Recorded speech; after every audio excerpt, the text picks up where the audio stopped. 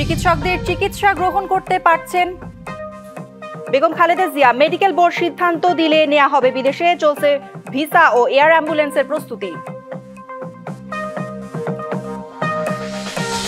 সংকটকালে মায়ের কাছে থাকার তীব্র আকাঙ্ক্ষা তারেক রহমানের। তার দেশে ফেরা নিয়ে সরকারের কোনো বিধিনিষেধ নেই বললেন প্রেস সচিব।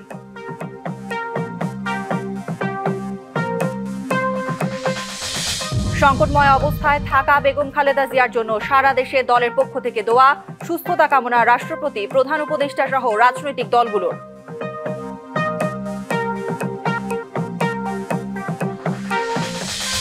গণভোট নিয়ে একসাথে প্রচারণা চালাবে সরকার ও নির্বাচন কমিশন, জানালেন সিসি।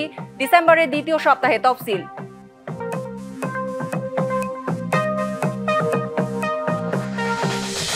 অতীতের রাজনৈতিক প্রভাবে ব্যাংক খাতে এমন বিপর্যয় বলছেন গভর্নর। অর্থনীতিকে চাঙ্গা করতে বিনিয়োগের বিকল্প দেখে না রাজনীতিবিদরা।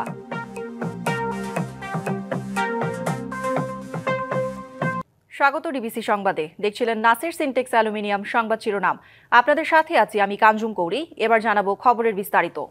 বিএনপি চেয়ারপারসন বেগম খালেদা জিয়া এখন চিকিৎসকদের চিকিৎসা গ্রহণ করতে পারছেন। মেডিকেল বোর্ড সিদ্ধান্ত দিলে তাকে নেওয়া হবে বিদেশে, এমনটা জানিয়েছেন তার ব্যক্তিগত চিকিৎসক ডাক্তার AZM জাহিদ হোসেন। আর এজন্য ভিসা ও এয়ার অ্যাম্বুলেন্সের প্রস্তুতি নেওয়া হয়েছে বলে জানিয়েছেন দলের মহাসচিব।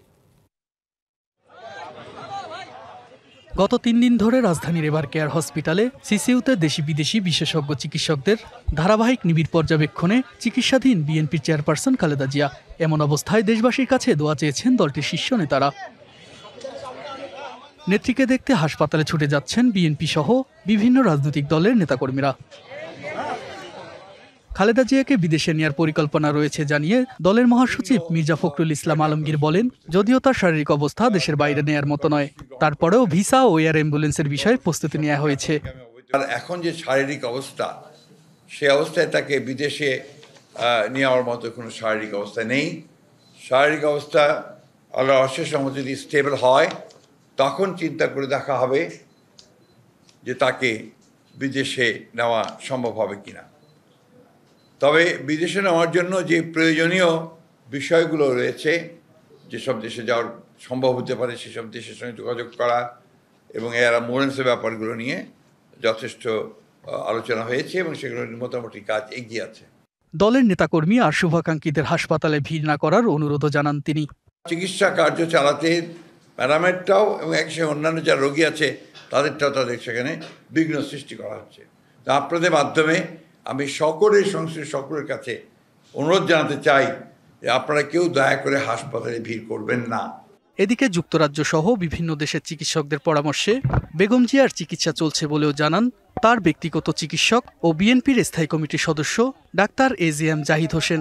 ওনার চিকিৎসার ব্যাপারে আমরা ইউকে এবং kingdom of Saudi Arabia as well as the Singapore এবং দি পিপলস রিপাবলিক অফ চায়না এবং আপনার আমেরিকার জন হপকিন্স এবং মাউন্ট সিনাই সহ বিভিন্ন হাসপাতালের চিকিৎসকদের যৌথ আলাপ আলোচনার ভিত্তিতে ওনার চিকিৎসা এখানে অব্যাহত আছে। বিদেশ যাওয়ার বিষয়টি নির্ভর করছে সার্বিকভাবে শারীরিক সুস্থতা এবং মেডিকেল বোর্ডের সিদ্ধান্ত এবং সুপারিশের পরিপ্রেক্ষিতেই সেই সিদ্ধান্ত পরবর্তীতে গ্রহণ করা হবে। খালেদা জিয়া এখন চিকিৎসকের চিকিৎসা গ্রহণ করতে পারছে বলেও জানান তিনি। বিদেশে নেয়ার বিষয়ে মেডিকেল বোর্ডের সিদ্ধান্ত অনুযায়ী ব্যবস্থা নেওয়া হবে বলেও জানান ডাক্তার জাহিদ। তুষার আহমেদ, ডিবিসি নিউজ, ঢাকা। সংকটাপন্ন মায়ের স্নেহ স্পর্শ পাওয়ার তীব্র আকাঙ্ক্ষা যে কোনো সন্তানের মতো তারেক রহমানেরও রয়েছে। তবে অন্য সকলের মতো সিদ্ধান্ত গ্রহণের সুযোগ অবারিত এবং একক নিয়ন্ত্রণাধীন নয় বলে ফেসবুকে জানিয়েছেন তিনি। এরপরই প্রধান উপদেষ্টার প্রেস সচিব শফিক ফেসবুক পোস্টে জানান, তারেক রহমানের দেশে ফেরা নিয়ে সরকারের কোনো বিধিনিষেধ বা আপত্তি নেই। আর দলটির কোষাধ্যক্ষ এম রশিদুজ্জামান জানান, তারেক রহমান অনলাইন সহ বিভিন্ন মাধ্যমে মায়ের চিকিৎসার খোঁজ রাখছেন।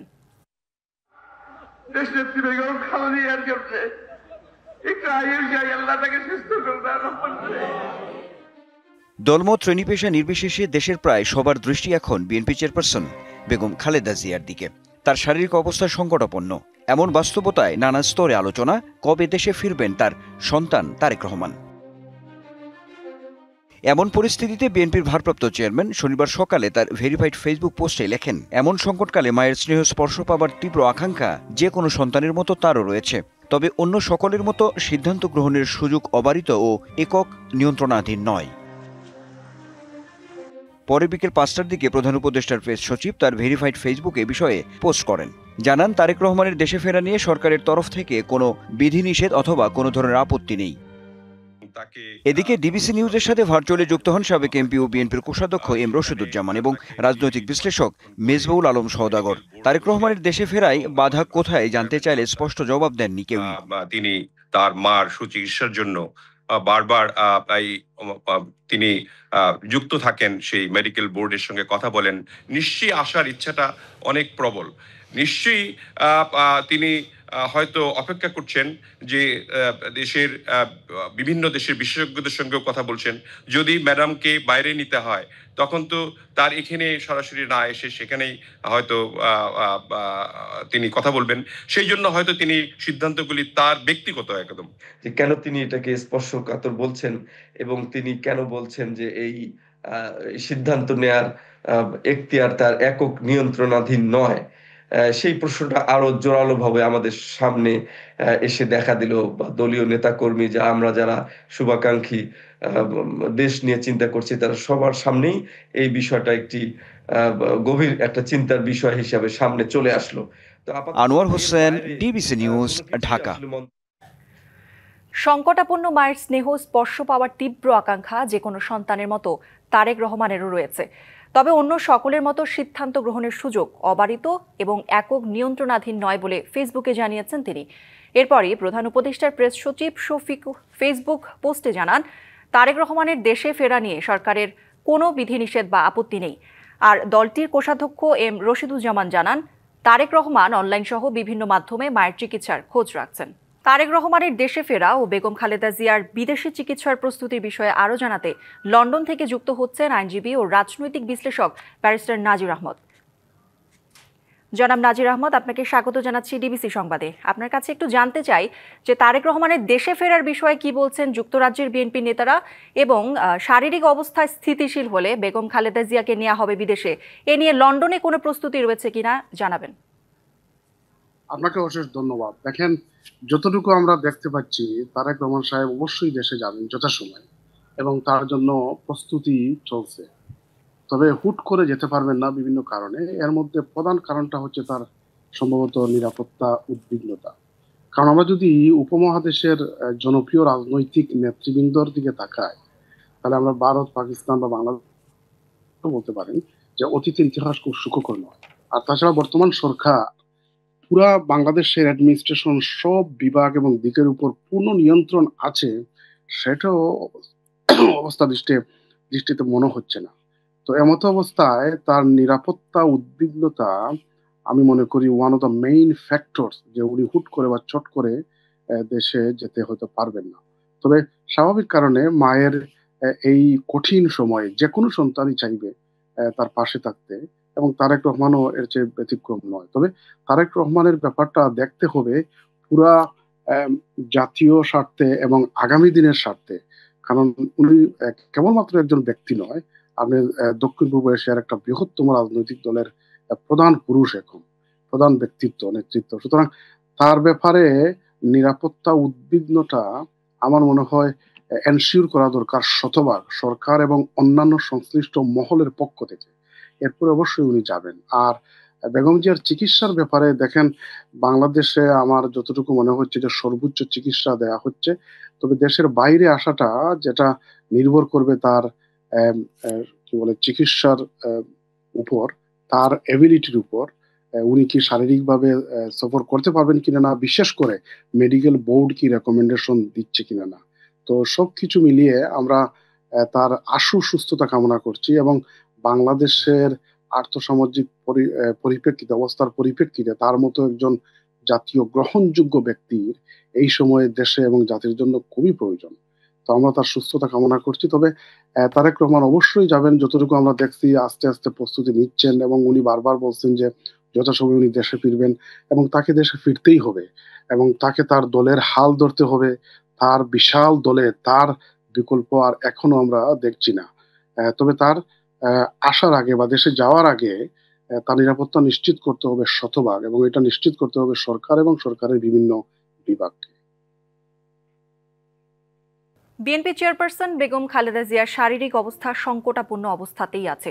তেমন কোনো উন্নতি এখনো লক্ষ্য করা যাচ্ছে না, তাই উদ্বেগ উৎকণ্ঠা ছড়িয়ে পড়েছে দেশ জুড়ে। প্রতি মুহূর্তে তার অবস্থা জানতে রাজধানীর এভারকেয়ার হাসপাতালে ভিড় করছেন নেতাকর্মী সহ বিভিন্ন রাজনৈতিক দলের নেতারা। তার সুস্থতা কামনায় সবার দোয়া চাইছেন তারা। রাষ্ট্রপতি মোহাম্মদ শাহাবুদ্দিন, প্রধান উপদেষ্টা ডক্টর মোহাম্মদ ইউনূসও বেগম জিয়ার দ্রুত সুস্থতা কামনা করে দোয়া চেয়েছেন। সাবেক প্রধানমন্ত্রী ও বিএনপি চেয়ারপারসন বেগম খালেদা জিয়া ফুসফুসের সংক্রমণ থেকে শ্বাসকষ্ট নিয়ে হাসপাতালে ভর্তি হয়েছিলেন। এরপর দেখা দেয় নিউমোনিয়া। এর সঙ্গে রয়েছে কিডনি, লিভার, আর্থরাইটিস ও ডায়াবেটিসের পুরনো সমস্যা। শুক্রবার রাতে তার শারীরিক অবস্থার অবনতি হলে হাসপাতালে ছুটে যান দলের নেতারা। গত 2 দিনে বেগম জিয়ার শারীরিক অবস্থার কোনো উন্নতি হয়নি জানিয়ে দোয়া চান দেশবাসীর কাছে। আমরা যেন আতঙ্কিত না হই, দেশবাসীর কাছে একটাই দোয়া, আপনারা দোয়া করবেন, তার সুস্থতা কামনা করবেন। সকাল থেকেই দলের নেতাকর্মীরা ভিড় করেন হাসপাতালের সামনে। সেখানে দলের নেতা খায়রুল কবির খোকন বেগম খালেদা জিয়ার শারীরিক অবস্থা নিয়ে কথা বলেন। তাকে স্বাভাবিক পর্যায়ে ফিরে আনার জন্য সর্বোচ্চ চেষ্টা ওনারা করছেন। আমরা আশাবাদী যে আমাদের প্রিয় নেত্রীকে আমাদের ডাক্তাররা এবং আল্লাহর অশেষ রহমতে ইনি আমাদের মাঝে সুস্থ হয়ে ফিরে আসবেন। চাইনিজ ডাক্তাররাও যুক্ত হয়েছে, জন হপকিন্সের প্রফেসর 2-1 জন আছেন। তারা কোনো আশাবাদের কথা বলছেন না, কিছু বলছেন না, কিন্তু বলছেন গত কয়েকবারের মতো যেরকম তিনি খুবই ক্রিটিক্যাল অবস্থা থেকেও আবার ফিরে এসছেন, উনি ক্রিটিক্যাল অবস্থা থেকে স্টেবল হয়েছেন। ভবিষ্যতের জন্য দোয়া করবেন আপনারা। তার শারীরিক অবস্থায় উদ্বেগ জানিয়েছে জামায়াত, এনসিপি সহ বিভিন্ন রাজনৈতিক দলের নেতারাও। এনসিপি জানায় অবস্থা ক্রিটিক্যাল, তবে সজাগ আছেন বেগম জিয়া। নিরাপদ দূরত্ব থেকে সব সতর্কতা মেনে আমার ওনাকে দেখার সুযোগ হয়েছে। উনি সজ্ঞানে আছেন, সজাগ আছেন। চিকিৎসক এবং নার্স যে ওনাকে নির্দেশনা দিচ্ছেন সেগুলো উনি ফলো করতে পারছেন। ওনার শারীরিক অবস্থা ক্রিটিক্যাল, তবে উনি ফাইট করছেন। এদিকে খালেদা জিয়ার বর্তমান শারীরিক অবস্থা নিয়ে গভীর উদ্বেগ প্রকাশ করেছেন রাষ্ট্রপতি মোহাম্মদ শাহাবুদ্দিন, অন্তর্বর্তী সরকারের প্রধান উপদেষ্টা doctor Yunus. Afrin Anwar, DBC news, Dhaka. দেশের বিভিন্ন জায়গায় বিএনপি চেয়ারপারসন বেগম খালেদা জিয়ার রোগ মুক্তি কামনায় দোয়া ও মিলাদ মাহফিল হয়েছে। এতে অংশ নেন দলের নেতাকর্মী, সমর্থক সহ বিভিন্ন শ্রেণী পেশার মানুষ। নেতারা বলেন, দেশের স্বার্থে বেগম খালেদা জিয়ার সুস্থ থাকা জরুরি। দ্রুত সুস্থ হয়ে আবারও দেশের মানুষের পাশে দাঁড়াবেন, এটি তাদের প্রার্থনা। শনিবার সকালে সিলেটের দক্ষিণ সুরমা তেতলি জামে মসজিদে দোয়া মাহফিলের আয়োজন করা হয়। সেখানে উপস্থিত মুসল্লিরা বেগম খালেদা জিয়ার রোগ মুক্তির জন্য বিশেষ দোয়া করেন। এতে অংশ নেন সিলেট 3 আসনের বিএনপি মনোনীত প্রার্থী এম এ মালিক। বলেন, দেশের স্বার্থে বেগম খালেদা জিয়ার সুস্থ থাকা জরুরি, এজন্য সবার কাছে দোয়া চাওয়া হচ্ছে। বেগম খালেদা জিয়া অসুস্থ, ওনার জন্য দোয়া করে আমরা আজকের এই মানুষের ডোর টু ডোর আমরা যাচ্ছি। এই দেশের স্বার্থে, এই দেশের মানুষের স্বার্থে, এই দেশের প্রত্যেকটা ধর্ম বিশ্বাসীদের স্বার্থে Begum Khaleda Zia is a very important.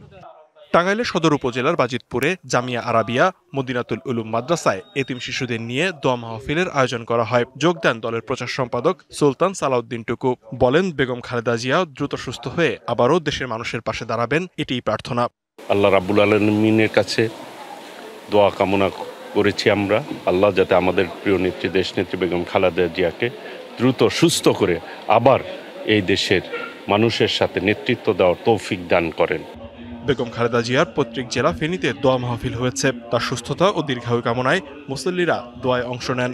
এতে যোগ দেন বহু নেতা কর্মী। এছাড়া বিএনপি চেয়ারপারসনের স্বজনরাও দেশবাসীর কাছে দোয়া কামনা করেন।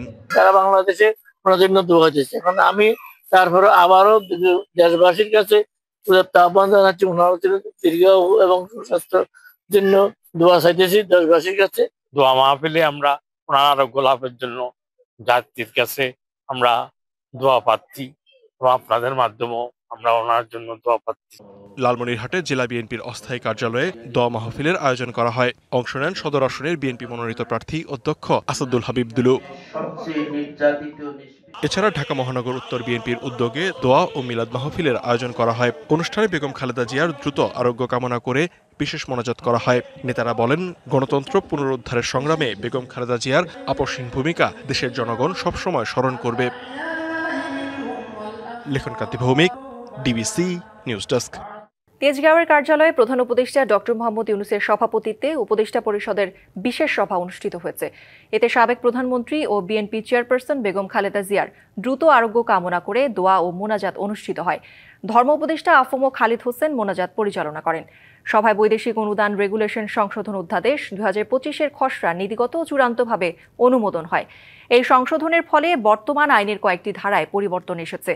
এনজিও নিবন্ধনের নিয়ম সহজ হয়েছে এবং অনুদান অবমুক্তির শর্তগুলো সহজ করা হয়েছে। বছরে 50 লাখ টাকা পর্যন্ত অনুদানের ক্ষেত্রে আর অনুমোদনের প্রয়োজন হবে না। সভায় প্রবাসী কল্যাণ উপদেষ্টা ডক্টর আসিফ নজরুল আরব আমিরাতে জুলাই গণ অভ্যুত্থানে অংশ নেওয়ার অভিযোগে বিভিন্ন সময়ে বন্দী থাকা অবশিষ্ট 24 জনকে অচিরেই মুক্তি দেওয়ার বিষয়ে উপদেষ্টা পরিষদকে অবহিত করেন। বাংলাদেশের সাবেক প্রধানমন্ত্রী ও বিএনপি চেয়ারপারসন বেগম খালেদা জিয়ার শারীরিক অবস্থা সংকটজনক। রাজধানীর হাসপাতালে তিনি নিবিড় পর্যবেক্ষণে আছেন। তার অসুস্থতা ঘিরে শুধু দেশের ভেতরেই নয়, আন্তর্জাতিক গণমাধ্যমগুলো গুরুত্ব সহকারে খবর প্রকাশ করছে। দীর্ঘদিন ধরে লিভার সহ বিভিন্ন জটিল রোগে ভুগছেন সাবেক প্রধানমন্ত্রী ও বিএনপি চেয়ারপারসন বেগম খালেদা জিয়া। দেশের গণমাধ্যমগুলো তার শারীরিক অবস্থা, রাজনৈতিক কেরিয়ার সহ নানা দিক নিয়ে গুরুত্ব সহকারে খবর প্রকাশ করছে। শুধু দেশেই নয়, আন্তর্জাতিক গণমাধ্যমগুলোতেও স্থান পেয়েছে খালেদা জিয়ার শারীরিক অবস্থার সবশেষ খবর। ভারতের গণমাধ্যম দ্য টাইমস অব ইন্ডিয়া শিরোনাম করেছে, বিএনপি চেয়ারপারসন খালেদা জিয়া হাসপাতালে ভর্তি, অবস্থা আশঙ্কাজনক। এনডিটিভি ও দ্য ইকোনমিক্স টাইমস বলছে, বাংলাদেশের সাবেক প্রধানমন্ত্রী খালেদা জিয়ার অবস্থা আশঙ্কাজনক। আনন্দবাজার শিরোনাম করেছে, অসুস্থ খালেদা জিয়াকে লন্ডনে নিয়ে যাওয়ার পরিকল্পনা, খানিক সুস্থ হলেই ডাকা হবে এয়ার অ্যাম্বুলেন্স। পাকিস্তানের দ্য ডনের শিরোনামে বলা হয়, বাংলাদেশের সাবেক প্রধানমন্ত্রীর শারীরিক অবস্থা খারাপ হওয়ায় ভর্তি করা হয়েছে হাসপাতালে। দ্রুত সুস্থতার জন্য দল ও পরিবারের পক্ষ থেকে দেশবাসীকে দোয়া করার অনুরোধ করা হয়েছে। জিও নিউজ বলছে, সাবেক প্রধানমন্ত্রী খালেদা জিয়ার অবস্থা আশঙ্কাজনক। মালয়েশিয়ার পত্রিকা মালিমেইলের শিরোনামে বলা হয়, নানা জটিল রোগ নিয়ে আইসিইউতে বাংলাদেশের সাবেক প্রধানমন্ত্রী খালেদা জিয়া। এছাড়া সিঙ্গাপুরে গণমাধ্যম দ্য স্ট্রেইট টাইমস সহ অন্যান্য আন্তর্জাতিক গণমাধ্যম বেগম খালেদা জিয়ার অসুস্থতার খবরটি প্রকাশ করেছে। অন্যদিকে বিভিন্ন দেশের প্রধানমন্ত্রী, শীর্ষ কূটনৈতিক সহ কয়েকজন রাজনীতিক সাবেক প্রধানমন্ত্রীর সংকটাপন্ন শারীরিক অবস্থায় উদ্বেগ জানিয়ে বলেছেন, আঞ্চলিক রাজনীতিতে খালেদা জিয়ার উপস্থিতি এখনও গুরুত্বপূর্ণ।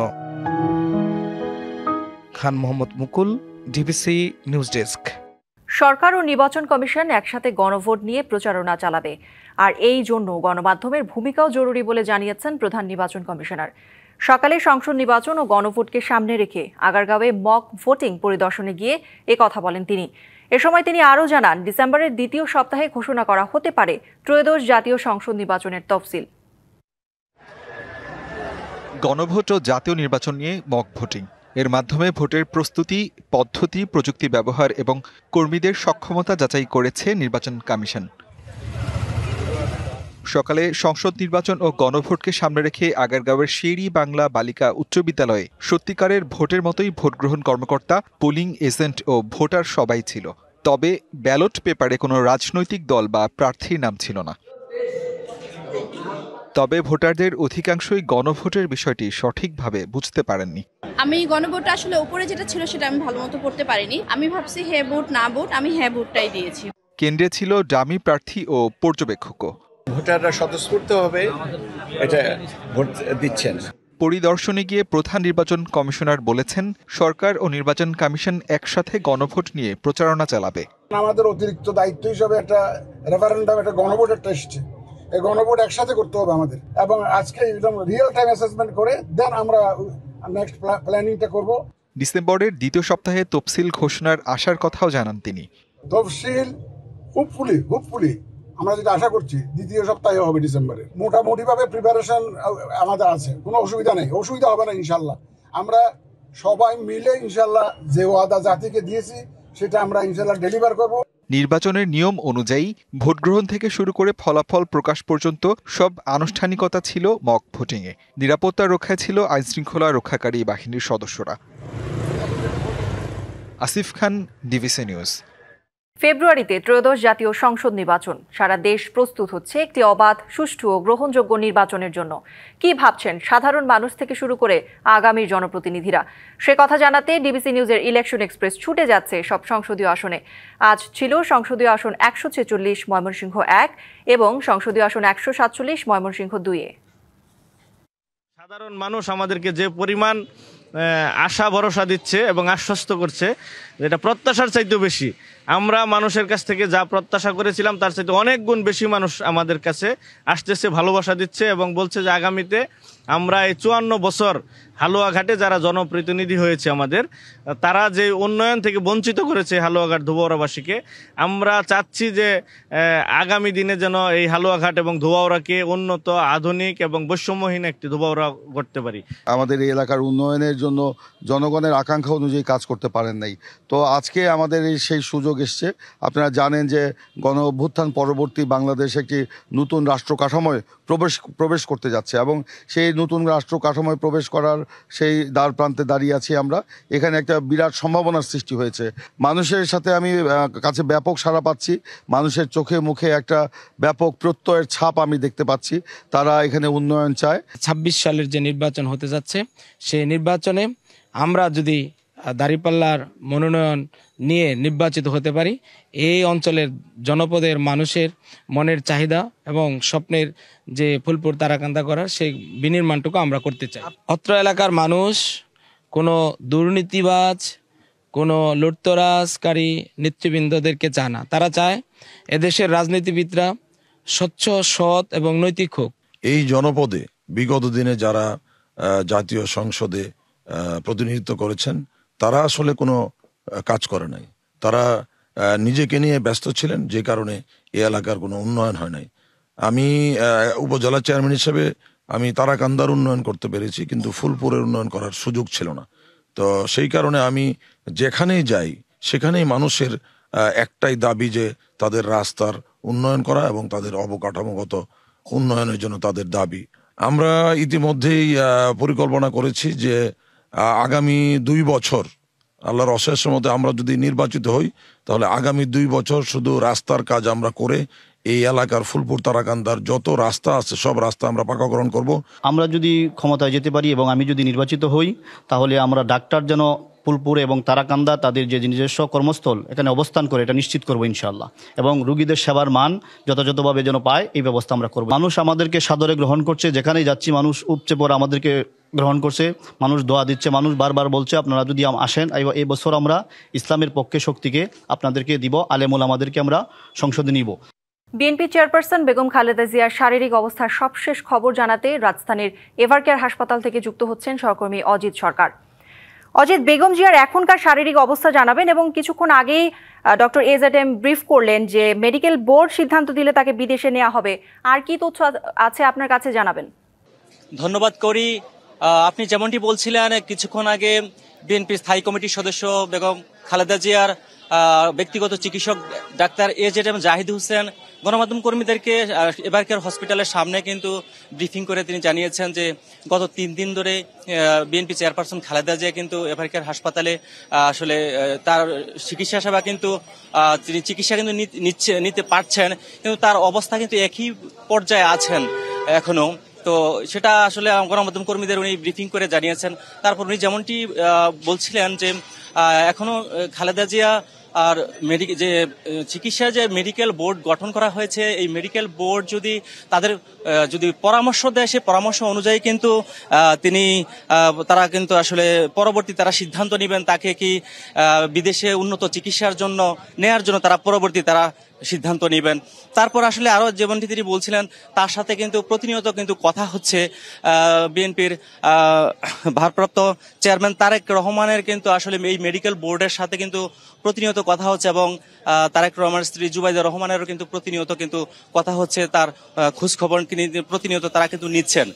আর আরেকটি বিষয় হলো এখানে কিন্তু ডাক্তার জাহিদ হোসেন কথা বলার পরে কিন্তু এখানে আমরা দেখতে পেয়েছি এখানে জাতীয় পার্টির মহাসচিব শামীম হায়দার পাটোয়ারি এসছেন, তারপরে এরপরেই আসছেন কিন্তু স্থানীয় সরকার উপদেষ্টা আসিফ মাহমুদ সজীব মুইয়া, তিনিও কিন্তু এখানে খালেদা জিয়াকে দেখে গেছেন। তারপরে এর পরবর্তীতে আসছে গণ অধিকার পরিষদের ভিপি, সাবেক ভিপি নুরুল হক নূর।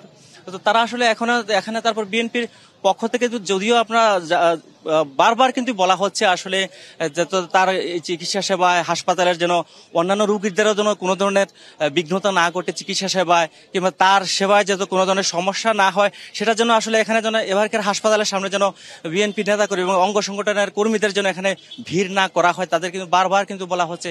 তারপরে কিন্তু আসলে আমরা দেখতে পাচ্ছি এখনো যদি আপনাকে দেখাতে চাই আসলে অনেক এখানে কর্মী সমর্থক কিন্তু এখনো আছেন, তারা অবস্থান করছেন এখানে। তো আমরা আসলে এখনো পর্যন্ত আসলে বিভিন্ন দল এবং সংগঠনের পক্ষ থেকে কিন্তু আসলে অনেকে এসছেন, তারা কিন্তু সবাই একই কথাই কিন্তু আসলে বলছেন, যেমনটি বলছেন যে তার শারীরিক অবস্থা কিন্তু এখনো কিন্তু একই পর্যায়ে আছেন।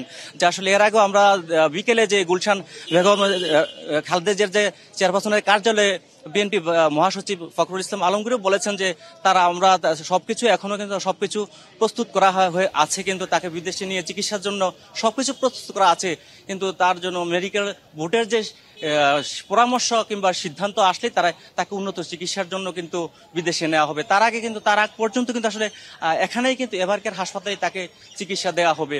অজিত, আপনি থাকুন সেখানে, আমরা পরবর্তীতে আবারও আপনার সাথে যোগাযোগ করব। সিলেটে কুয়াশার চাদরে ঢাকা হাড় কাঁপানো শীত না পড়লেও বইছে হিমেল হাওয়া। শীত উপভোগে আনন্দে মেতেছেন নাগরিকরা। স্থানীয় শাকসবজিতে পরিপূর্ণ হাটবাজারে পড়েছে নতুন ফসল বেচা কেনার ধুম। স্নিগ্ধ ভোর, নবোদিত সূর্যের আলোকরেখা ঠিকরে পড়ছে চা বাগানে। তখনও দুটি পাতা একটি কুঁড়িতে জমে আছে ফোঁটা ফোঁটা শিশির বিন্দু। সিলেটের শীতের সকাল মানেই যেন প্রকৃতির অপরূপ রূপসুধা, আর ধোঁয়াটা চায়ের কাপে চুমুক। চা বাগানে শীতের এ আমেজ ধরা দেয় অকৃত্রিম স্নিগ্ধতা নিয়ে। এমন পরিবেশে শান্তির নিঃশ্বাস নিতে সাত সকালেই আসেন অনেকে। শীতের হাওয়াটা, শিশিরের এই যে সকালবেলাটা, ফজরের নামাজ পড়ে খুব একটা ভালো লাগে আর কি। সিলেটে শীতের জৌলুস এখনও হাড়ে কাঁপন ধরায়নি, তবে রাতের শেষাংশ থেকে ভোর অবধি ঠান্ডা অনুভূত হচ্ছে বেশ ভালোভাবেই। শীতটা শুরুতেই একটু বেশি অনুভূতি হচ্ছে। হিমেল হাওয়াকে সঙ্গী করে দর্শনীয় স্পটগুলো ঘুরে দেখতে পর্যটন নগরী খ্যাত সিলেটে এরই মধ্যে আসতে শুরু করেছেন ভ্রমণ পিপাসুরা। কিছু শীতের অতিথি পাখি চলে আসছে, পাখির সন্ধানে আসলে সিলেট আসা। শহরবাসীদের মনেও গ্রামের শীত নিয়ে রয়েছে অসংখ্য স্মৃতি, একই সাথে আছে ভাবনা এখানকার কৃষি আর পর্যটনকে সমৃদ্ধ করার। পিঠাপুলির উৎসব, আর শীতের সময় যেটা মৌ মৌ আমেজ থাকে, আমি বলবো এটা সিলেটবাসীরা খুব এনজয় করে। ঋতু শুধু তাপমাত্রার পরিবর্তন নয়, আধ্যাত্মিক নগরের প্রাণ ও প্রকৃতির মিলেমিশে বাঁচার প্রতিচ্ছবিও। তাই তো শীতের সকালের শিশির, বাজারের কোলাহল কিংবা মানুষের গল্প সবই বলছে সিলেটে জীবনের ছন্দ অটুট। Tawhidur Rahman Shah, DBC news, Sylhet. সংবাদে এই ছিল এখনকার মতো। ডিবিসি নিউজের সংবাদগুলো পড়তে ভিজিট করুন dbcnews.tv আর ভিজিট করুন ডিবিসির ফেসবুক পেজ এবং ইউটিউব চ্যানেল। ডিবিসির সঙ্গেই থাকুন।